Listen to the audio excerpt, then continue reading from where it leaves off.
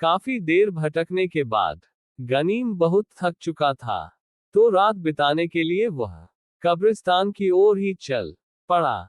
कब्रिस्तान के एक कोने में हरी घास देखकर गनीम वहीं लेट गया, लेकिन डर के मारे उसे नींद ही नहीं आ रही थी। कुछ देर सोने की कोशिश करने के बाद भी जब उसे नींद नहीं आई, तो वह उठकर कब्रिस्तान में ही यहाँ वहां टहलने लगा।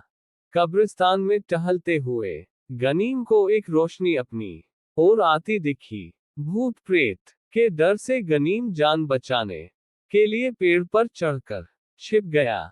सामने से आ रहे प्रकाश बिंदु के करीब आने पर गनीम ने देखा कि 3 व्यक्ति जिन्होंने राजमहल के सेवकों जैसे कपड़े पहने थे, एक बड़ा सा संदूक उठाए कब्रिस्तान की ओर आ रहे थे। गनीम ने सेवकों को आपस में बात करते सुना कि वे उस संदूक को वहां दफनाने आए थे। उनमें से एक सेवक डर के मारे संदूक वहीं छोड़कर महल लौटने को कहने लगा, लेकिन दूसरे सेवक ने उसे डांटते हुए कहा कि मालकिन ने सख्त आदेश दिया है कि संदूक को कब्र में दफनाकर ही वापस लौटना है, वरना वह उन्हें कड़ी से कड़ी सजा देगी। तीनों सेवकों ने संदूक को एक ओर रखकर फावड़ा उठा लिया और देखते ही देखते संदूक को दफनाने के लिए गड्ढा खोद लिया। तीनों ने संदूक को उठाकर कब्र में रख दिया और मिट्टी से उसे ढक कर वापस चले गए।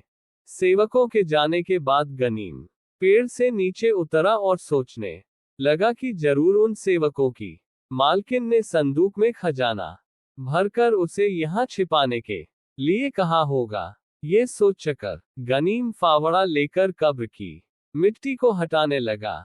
मिट्टी हटाने के बाद गनीम ने संदूक को बाहर निकालने की कोशिश की, लेकिन संदूक भारी होने के कारण वह उसे गड्ढे से नहीं निकाल पाया।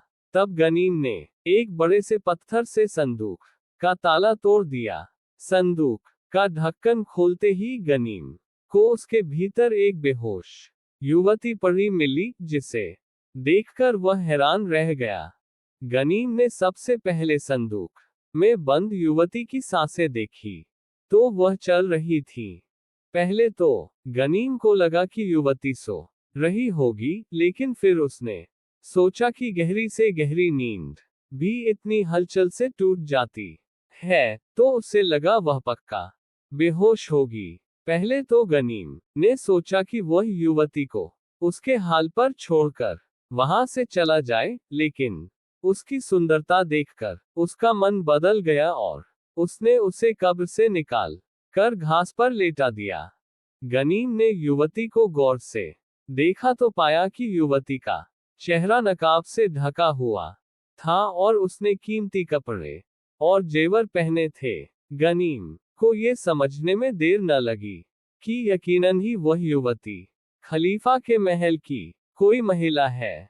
गनीम उस युवती के पास वहीं घास पर बैठा रहा और उसके होश में आने का इंतजार करने लगा। युवती को जब ठंड लगने लगी तो उसने अपने हाथ पांव हिलाने शुरू कर दिए। कुछ देर बाद युवती ने बंद आंखों से ही हल्की सी आवाज में कहा, दासियों, कहाँ हो तुम सब? यहाँ आओ। कहाँ रह गई सब? युवती की आवाज सुनकर गनीम को साफ हो गया कि वह पक्का अपनी दासियों को आवाज दे रही है, जो उसकी सेवा करती होंगी। युवती आंखें मिचते हुई उठी और अपने आसपास अनजान शख्स और कब्र देखकर डर के मारे चीखने लगी। युवती घबराई हुई आवाज में कहने लगी, मैं कहाँ हूँ? क्या मैं मर गई हूँ? मेरे चारों ओर इतनी सारी कब्र ही कब्र क्यों है? क्या ये कयामत का दिन है? अगर ये कयामत का दिन है तो रात सा अंधेरा क्यों छाया हुआ है?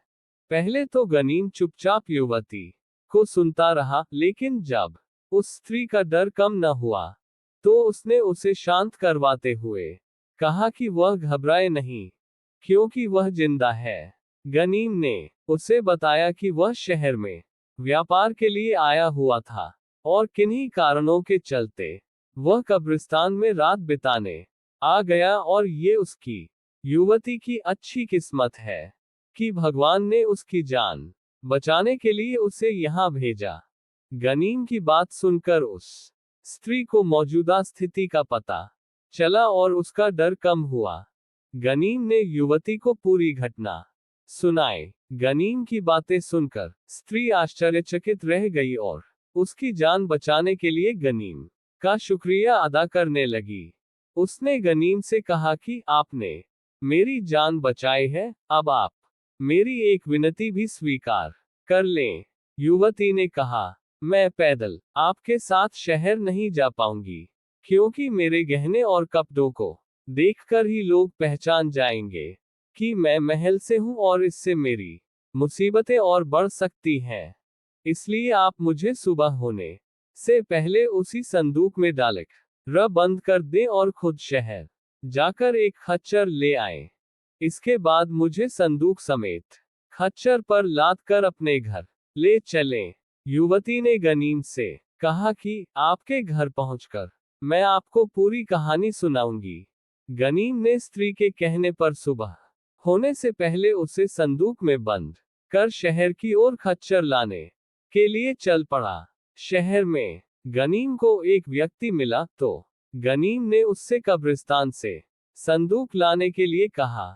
गनीम की बात सुनकर वह खच्चर वाला व्यक्ति सवाल करने लगा तो गनीम ने झूठी मनगढ़ंत कहानी बनाते हुए कहा कि एक दूसरा खच्चर वाला कब्रिस्तान में उसका माल से भरा संदूक छोड़कर चला गया, क्योंकि उसे किसी अन्य व्यक्ति ने अच्छी कीमत देने का लालच दे दिया था।